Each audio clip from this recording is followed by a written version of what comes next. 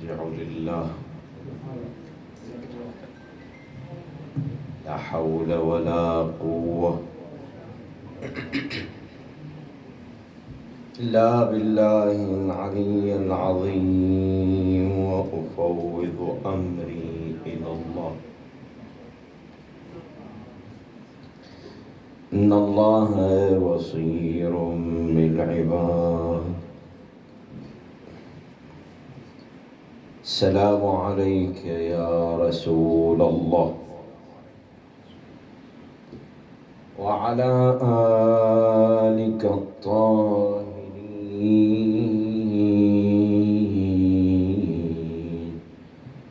المعصومين المنتجبين. روحي وأرواح العالمين لكم الفداء وأقل الفداء يا قتيل العدا ومسلوب العمامة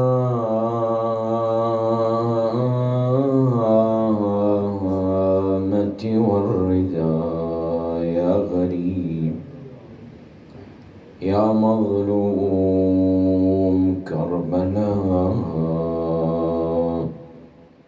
قلقا تقلبني الهموم بمضجعي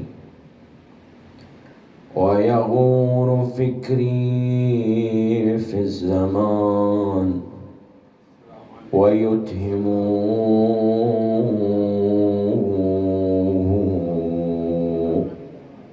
ما خلت أن الدهر من عاداته تروى الكلاب به ويضمن ضيغم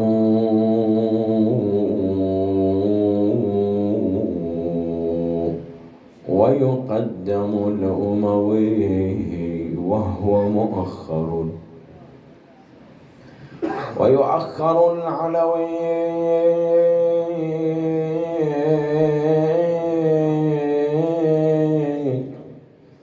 وهو مقدم مثل ابن فاطمة يبيت مشردا وحسينا مثل ابن فاطمة يبيت مشردا وعدوه في لذاتي يتنعم يرقى منابر أحمد وويلا متأمرا في المسلمين وليس ينكر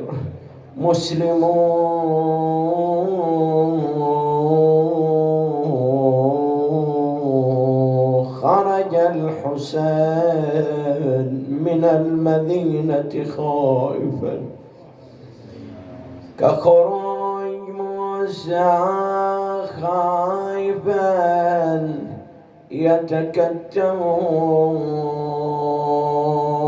فاطمت وانه تكذب ذيال المصيبة تنادي يا ابويا لا تخلوني غريبة. واسع اليتيمة واسع العليلة وين فاطمت وانه تكذب ذيال المصيبة تنادي يا ابويا لا تخلوني غريبة. خذوني يا ابويا ولا تخلوني بهالديار ينتحل جسمي وبالضماير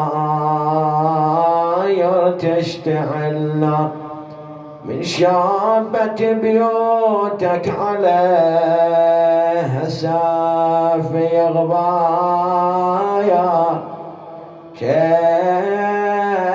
البصر لو نوخ الوافد نجيبه. ماذا أقول لزائر المدينة يا أبا عبد الله؟ الوافد شقل لو نفى يا سر الوجود. خدوني يا بويا لا قل لي متى تعود. ضمها صدره والدمع يجري بالخدود. وقال لها يا بنت القلب زيت لهيبه. بنتي يا فاطمة رد المنازل يا عزيزة والذبي. وقطع الرجاء مني لا تترقب. صاحت يا ابوي فرقا يا وبينك وبين. صدت لابو فاضل تنوح وتنتخبه. ابو فاضل قاضي الحاجات. ابو فاضل عنده مفاتيح الحسين. ابو فاضل ما يرد الحسين، لكن قال له هذه مكتاب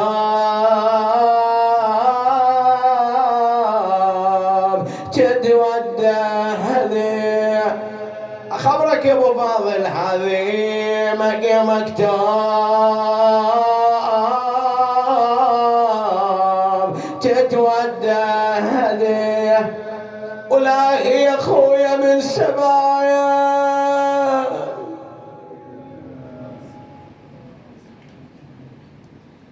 الأمر والمرجع لله،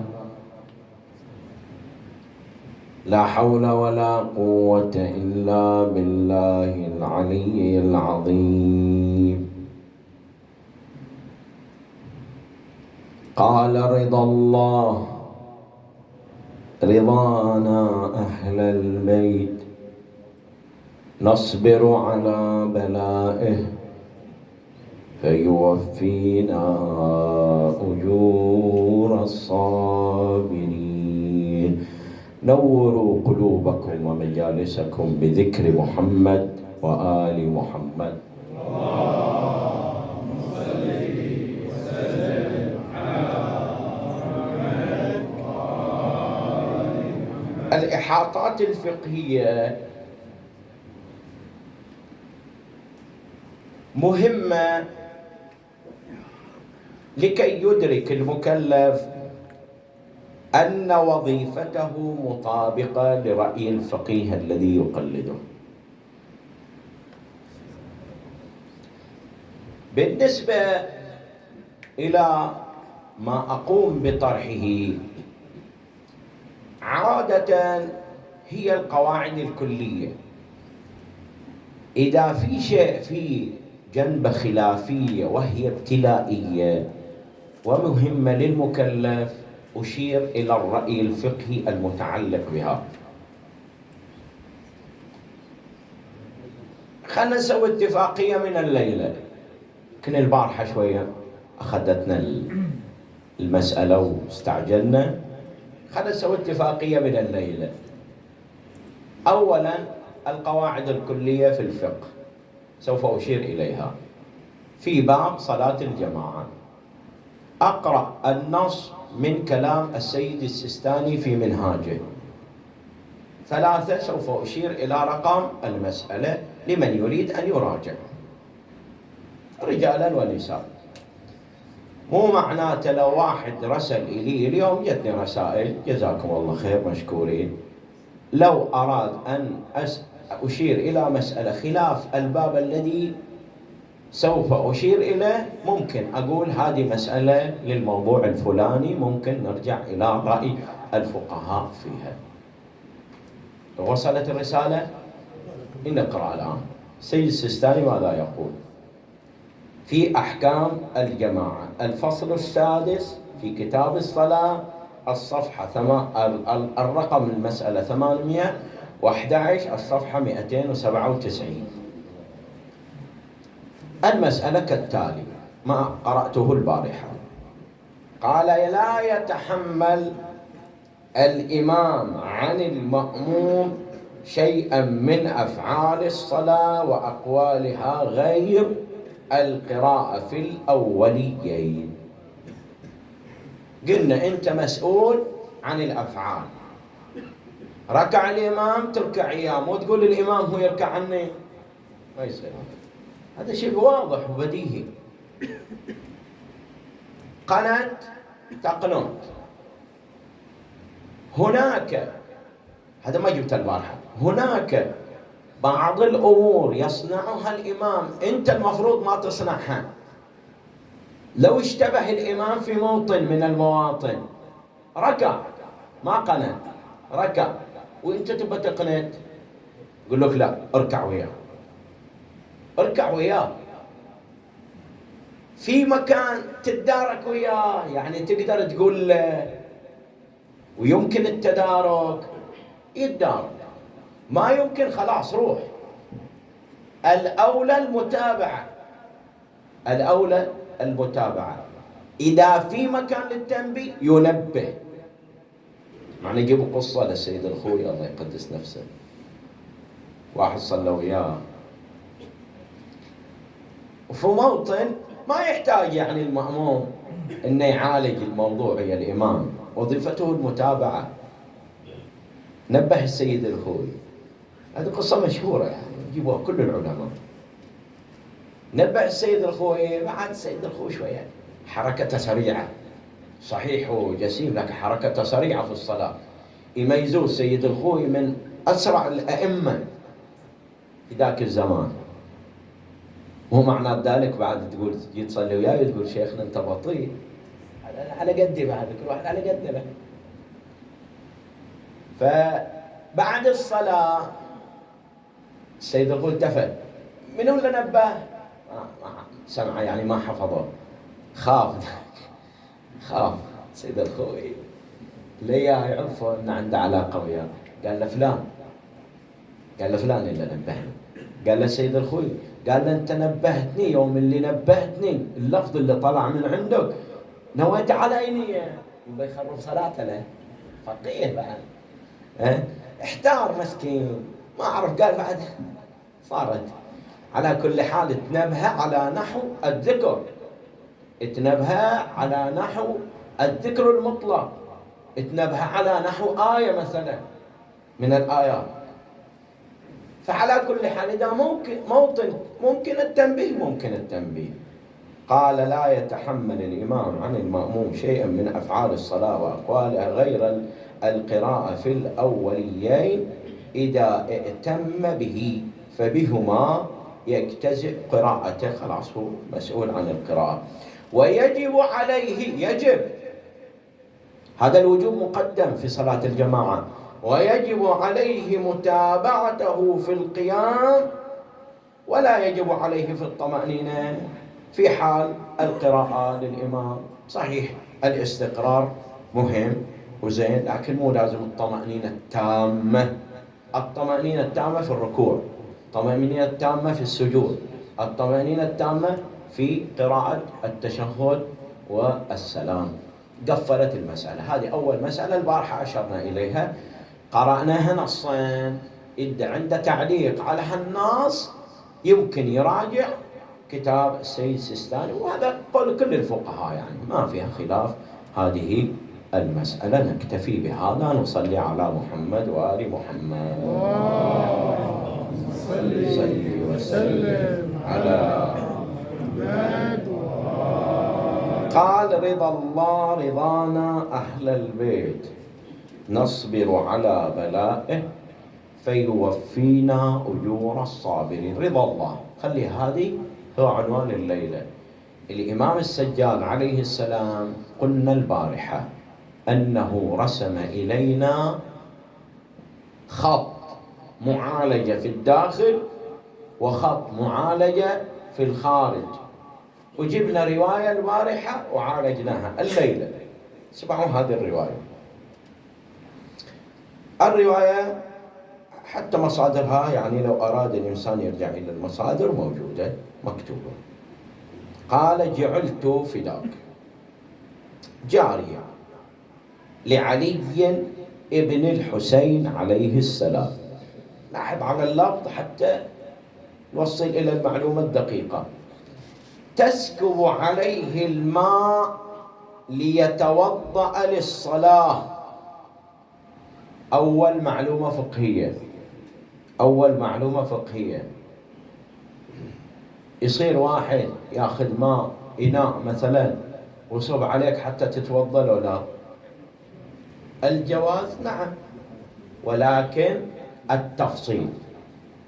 إذا كانت هذه أدوات قريبة يسموها الفقهاء مقدمات قريبة للعبادة ومقدمات بعيدة. المقدمات القريبة ما عليه، يجيب لك صحفة، يجيب لك بريق، يجيب لك الأدوات منشفة ويخليها وانت تسبق. لا، هذه وش سوت؟ جارية لعلي بن الحسين تسكب عليه الماء ليتوضأ للصلاة. سهو، نسيان، غفلة، فسقط الإبريق من يدها، من يد الجارية، فشجه، يعني سوى إلى جرح. هذه بعد معلومة فقهية ثانية. فرفع رأسه إليها فقالت له الجارية. شوف الأدب، ما واحد يخطأ. احنا دائما نقول هالعبارة ولا أنا ما أحبها، لكن هذه رائجة. أنا معصوم. لا تعلق شماعة على أنا ما أنا معصوم. أنت عندك قدرة أن تكون معصوم، لكن مو تقيس روحك في المعصوم الصفة الخاصة. عندك القدرة أن تمتص غضبك لو ما عندك. الله عاطنك ملكة لو ما عاطنك. في المقابل هذه الزوجة، هذا الولد، هذه البنت، ليش على طول تمارس معها حالة الغضب؟ ما تكظم روحك شوية له؟ ما تقدر تتعامل بإحسان، برفق، بكلمة طيبة؟ مثل ما أنت تقول لروحك أنا ما أنا معصوم، أنت بعد احتمل للثاني أنه غير معصوم. هذه المعلومة مهمة بعد، أخلاقية. هذه المعلومة أخلاقية. فقالت، شوف أدب الحوار، فقالت: والكاظمين الغيظ والعافين عن الناس. قال لها: كظمت غيظي. قالت: والعافين عن الناس. قال: عفوت عنك. قالت: والله، لا زودتها شوية بعد، والله يحب المحسنين. قال: اذهبي فأنت حرة. اذهبي فأنت حرة. نرجع إلى المعالجة الأولى والمعالجة الثانية ونعلق على الثالثة بالصلاة على محمد وآل محمد. اللهم صل وسلم على محمد وآل. السؤال: هل يجوز لأحد أن يأتي لك بإناء لكي يصب لك الماء للوضوء أو لا يجوز؟ الفقهاء يقولون إذا كانت المقدمات القريبة ما عندنا مانع فيها. إذا كان لا سوف يباشر صب الماء، قالوا هذا كراهة. كراهة، وإيش معنات الكراهة؟ الكراهة على قسمين: كراهة قلة الثواب، إذا هي عبادة يعني قلة ثواب، يعني في الوضوء قلة ثواب. إذا هي في التوصليات آثار وضعية.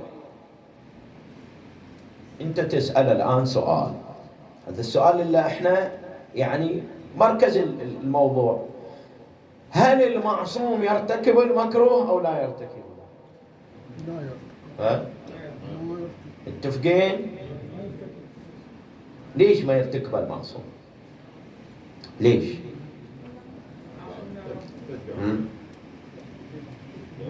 أحسن. زين، اسمعوا هذا التعليق العلماء.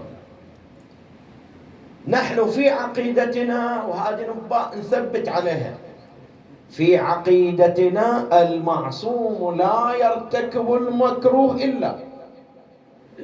أنت ما قلت لي إلا. المعصوم لا يرتكب المكروه إلا. ليش؟ إلا للتعليم، حتى لا يقال أن هذا الفعل محرم. مثال، قالوا أمثلة: صعد رسول الله على دابته وطاف حول الكعبة، مع أنه مكروه، مع أنه مكروه. إمامنا الصادق عليه السلام، عندنا باب في الوسائل، الإمام الصادق عليه السلام قد صنع أشياء علل هو الإمام، ما جابوا التعليل من هكذا. الفقهاء جاءوا بالتعليل، الفقهاء، من النص الذي ورد عن الإمام عليه السلام، حتى لا يظن الناس أن هذا الفعل محرم فيصير حرج على الناس. في هذه الرواية التي أشرت إليها عن الإمام السجاد عليه السلام، ممكن أن الإمام حينما جاءت الجارية تصب الماء للوضوء أراد الإمام أن يعلمها، أراد الإمام أن يعلم الجاري. قلت لك أنا البارحة، قلت لك الإمام لما كان يعتق 1000 من العبيد ما كان يعتقهم إلا وقد وسم فيهم ثقافة عقائدية، أخلاقية، فقهية. يعني ما بيحررهم الإمام إلا بعد أن يحملوا علوم آل محمد لذكرهم وآلهم الشرف والصلاة. اللهم صل وسلم على محمد وآل محمد. وقد يقال مرة أخرى الإمام كان مريضا، وهنا الفقهاء يقولون إذا كان الإنسان مضطرا إلى أن يأتي له أحد لكي يصب له الماء للوضوء أو للغسل أو للتيمم، فإن الكراهة ترتفع. وتقول لي أنا ما مصلي شيخنا بعدين بقضي. قالوا الصلاة لا تترك بحال. هذه دائما التعليق يقولوا أنت مريض في المستشفى، قال لي أنا مريض، ما أحقق لا طهارة، ما أحقق قبلة، ما أحقق كذا، ما أحقق. صلي بالحالة التي أنت عليها. ترك الصلاة ممنوع في أي حال، حتى لو كان بالإمام، حتى لو كان بالإمام. ويجي يوم بنعلق على موضوع الصلاة في المسجد وهالكراسي المليانة في المساجد، شنو تعليق الفقهاء فيها؟ هذا أمر مهم لا بد أن نتعلمه. مو واحد شوية صابته إعاقة في رجوله، واحد صابته إعاقة مثلا في عينه، واحد أصابته كذا، على طول ينتقل إلى هذه المرحلة. هناك مراحل لا بد أن يتدرج فيها. ويمكن بعض الفقهاء في بعض الموارد مثل هالصلاة يعذروك، يخلوك تصلي بالإمام وترك عنك كرسي ولا غير كرسي، يصير أخف لك الصلاة بعد. فإذا الإمام هنا قد يقال أنه عمل ذلك للتعليم، قد عمله للاضطرار، وممكن أنت بعد تعمل هذا العمل إذا كنت مضطرا فترتفع الكراهة. الجانب الأخلاقي والعقائدي في الرواية، شوف حسن التعامل من الإمام عليه السلام. احنا حالة الانفعالية التي نمارسها أسبابها هي عدم تحفيز ملكة كظم الغيظ. ترى أكثر مشاكلنا مع الأسف هو الغضب، الانفعال، أغضب، الفعل، وبعدين أقول يا ريت إني أنا ما سويت هذا الفعل. بعض القضايا خلاص تروح من إيدك، ما تقدر تعالجها، ما تقدر تعالجها. بعض القضايا واقعا لا تستطيع أن تعالج هذه القضية. جبت أنا في محرم قضية يجيبوها على نحو الحكاية، على نحو الحكاية، يجيبها وأمشي. بالصلاة على محمد وآل محمد. اللهم صل وسلم على محمد. قالوا قاضي جاءته امرأة، هذا سامحونا النسوان،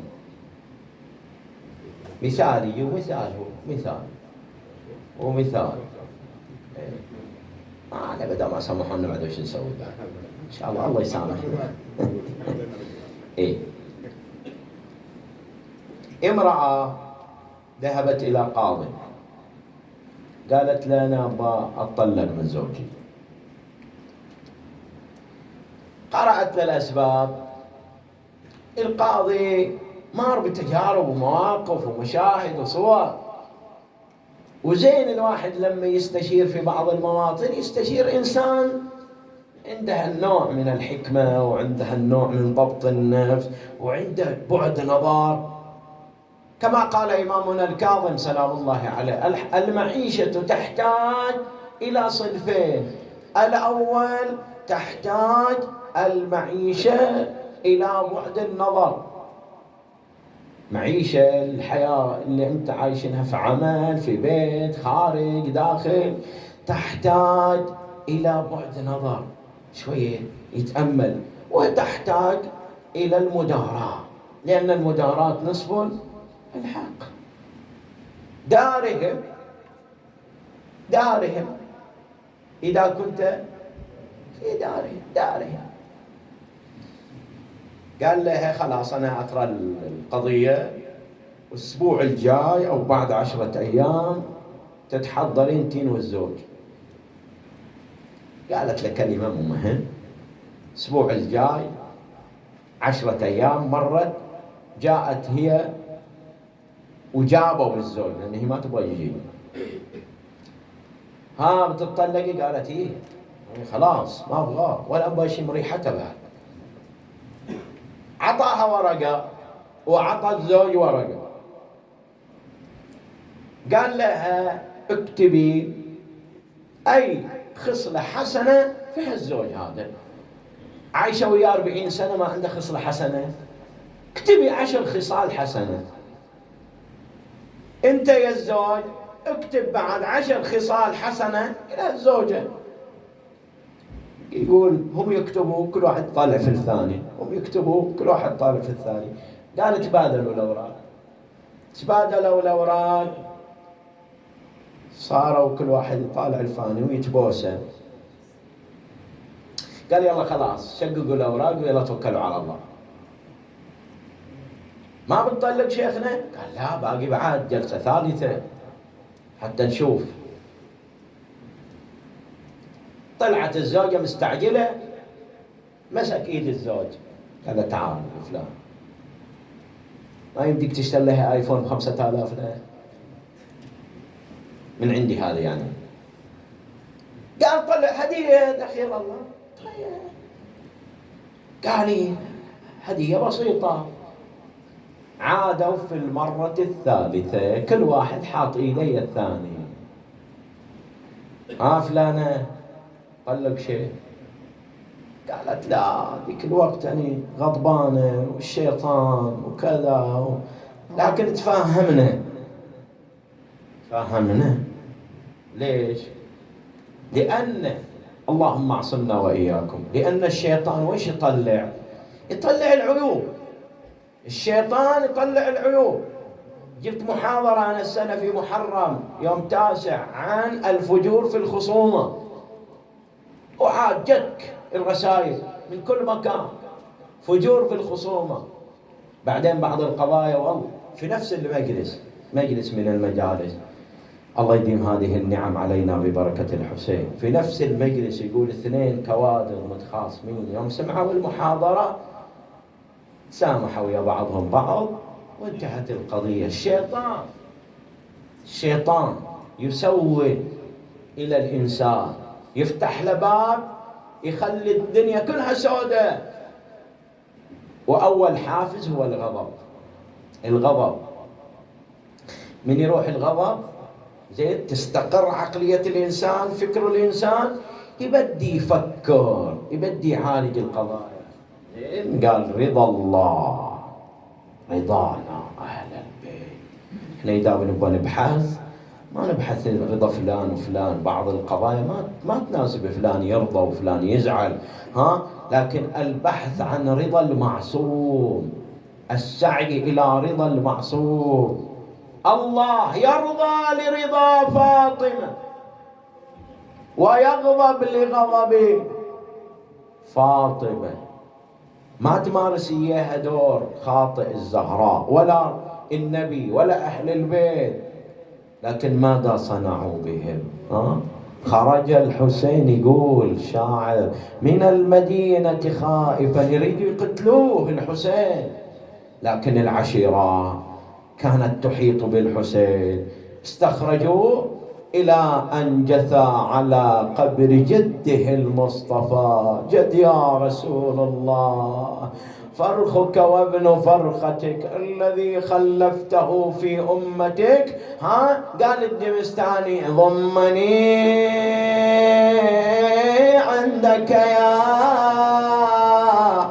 جداه في هذا مأجور علني يا جد من بلوى زمان ضاق بي يا جد من فرط الأسى كله فسح، فعسى طود الأسى يندكبه. يقولها وحسين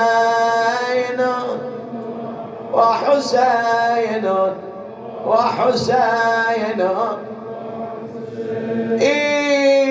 جد صفو العيش بالأقدار شيب، وأشاب الهم راسي قبل أبان المشيب. فعلى من داخل القبر بكاء ونداء بافتجاع يا حبيب أنت يا ريحانة القلب حقيق بالبلاء، إنما الدنيا عدت لبلاء النبلاء، لكن الماضي قليلان بالذي قد أقبل. فاتخذ درعين من حزم وقول أبو علي سددوا قل موت ظلما ظامئا في كربلاء، وستبقى في ثراها عابر منجدلا، وكأني بالأيام من بناتي تستغيث سغبا تستعطف القوم وقد عز المغيث، قد برى أجسادهن السير والضرب الحثيث، بينها السجاد في الأسر أشياء مغلول اليدين. وحسين